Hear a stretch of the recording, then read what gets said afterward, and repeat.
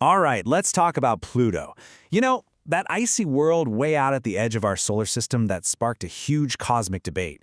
For decades, it was our ninth planet. And then, all of a sudden, it wasn't.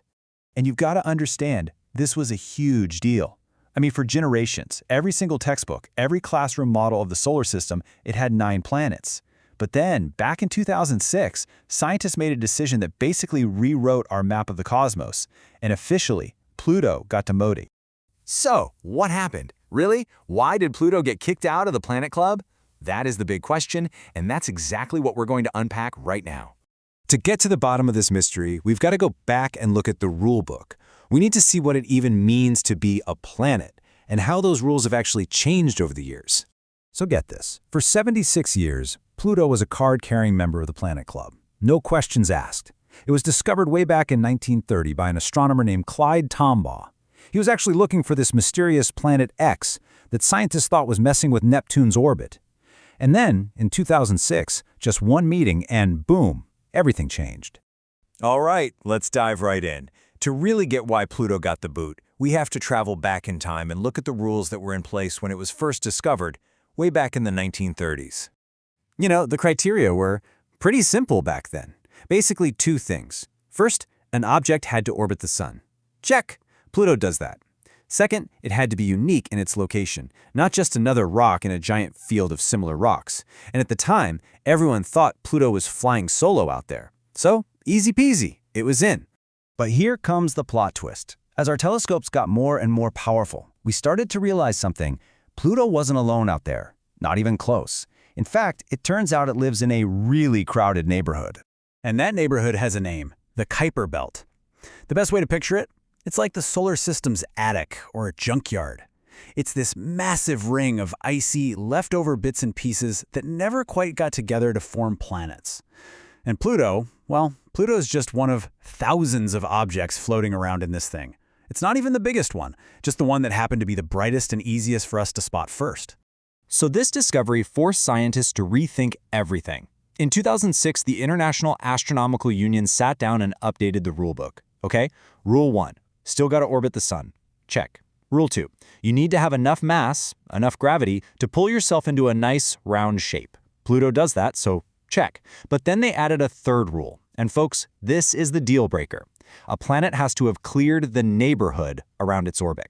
So what on earth does clearing the neighborhood mean? Well, think of it like this. A real planet has to be the boss of its own orbit. It's got to be like a cosmic vacuum cleaner, either sucking up or flinging away all the other little rocks and space dust in its path. And that's Pluto's problem. It doesn't do that. It just kind of coexists with all the other junk in the Kuiper Belt.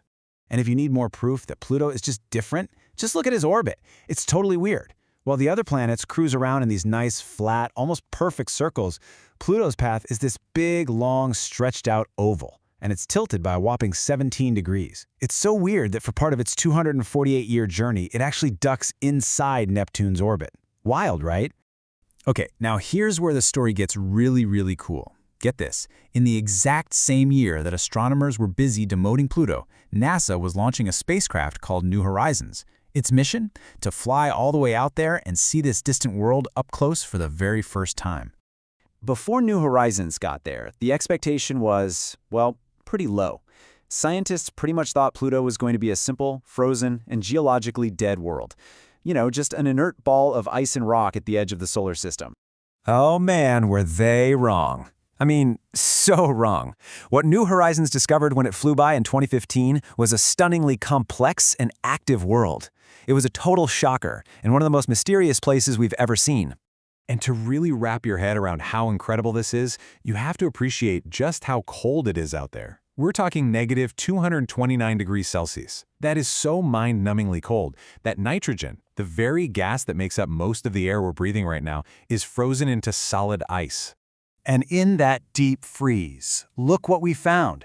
A giant heart made of nitrogen ice that's actually flowing like a glacier.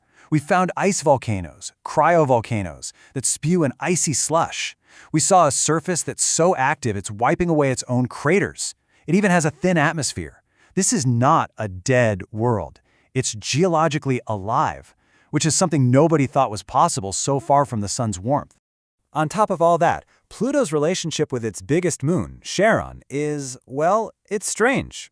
As you can see, Charon is huge compared to Pluto. So huge, in fact, that it doesn't really orbit Pluto the way our moon orbits Earth. Instead, they're like cosmic dance partners. They both orbit a point in space that's between them, forever locked, always facing each other. So, okay, after all these incredible discoveries, what's the final verdict? Is Pluto a planet or not? Well, here's the key takeaway. Changing Pluto's status wasn't about making a mistake. It's actually a perfect example of how science is supposed to work. When we get new information, like discovering the entire Kuiper Belt, our definitions have to evolve to fit what we now know. And ironically, finding out just how complex and amazing Pluto is has only fanned the flames of the debate. Really, this is the best way to look at it. The demotion wasn't about Pluto, it was about us. We realized there's a whole new class of objects out there, dwarf planets, and Pluto is the king of them all. Our understanding of the solar system suddenly became so much richer and more complex. And that leaves us with a really fascinating final thought. That little probe, New Horizons, is still flying. It's heading deeper and deeper into that cosmic junkyard. Pluto was just our first stop, the first world we visited because it was the brightest one we could see. So it just makes you wonder, what other strange, complex, and surprising worlds are waiting for us out there in the dark?